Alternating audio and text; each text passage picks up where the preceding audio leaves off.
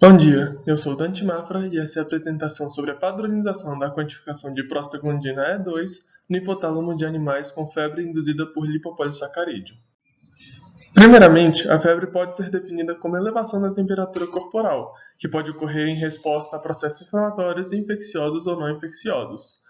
E no processo de febre experimental, o pirógeno mais utilizado é o lipopolissacarídeo, que é um componente da membrana externa de bactérias gram-negativas, e ele desencadeia um quadro febril por meio de um estímulo direto a receptores Toll-like 4 ou por produção de mediadores endógenos envolvidos no quadro inflamatório, como por exemplo as prostaglandinas.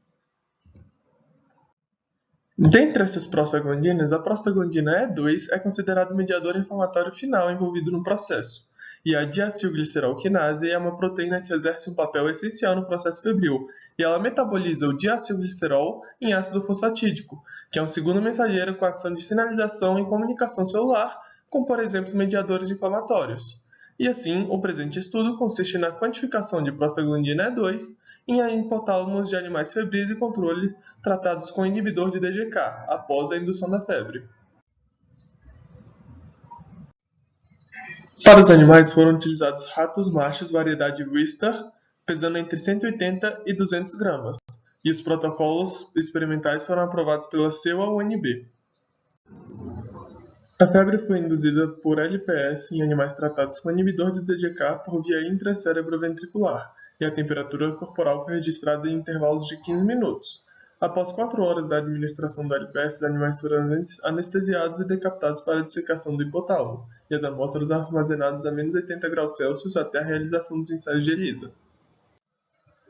O preparo das soluções tampão e dos reagentes específicos foram realizados de acordo com o manual. Já o processo de extração da amostra foi realizado primeiramente ativando as minicolunas, passando 10 ml de etanol absoluto e 10 ml de água deionizada pela coluna, e esse processo foi realizado 2 vezes em sequência.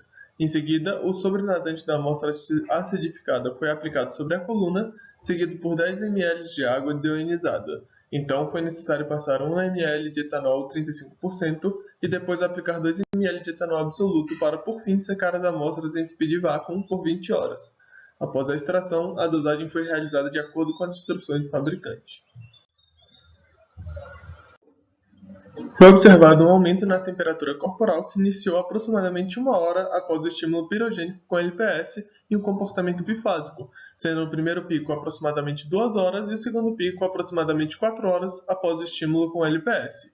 Ainda, o estímulo também promoveu um aumento nos níveis de prostaglandina E2 hipotalâmicos, e ambos esses efeitos são esperados do uso do LPS. No gráfico à esquerda, nós podemos observar o início do processo febril após o estímulo com LPS e os 2 picos em decorrência do mesmo, enquanto as setas cinza e preta representam o uso do inibidor e a administração do LPS, respectivamente.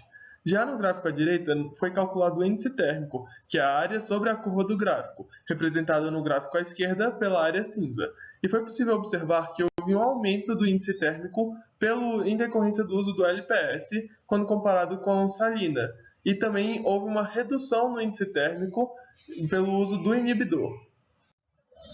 Então, foi observado que o desfecho do tratamento com o inibidor levou a uma redução significativa da temperatura corporal. Contudo, os resultados do tratamento nos níveis de prostaglandina E2 não levou ao efeito esperado, não levando a uma redução nos níveis de prostaglandina hipotalâmicas quando comparada com o LPS. Como é possível observar neste gráfico, não houve diferença estatística significativa entre os níveis de prostaglandina E2 hipotalâmicos no uso do LPS e do tratamento com o inibidor de DGK. Então, a padronização da quantificação de prostaglandina E2 no hipotálamo de ratos por ELISA foi realizada e o método está apto a ser utilizado.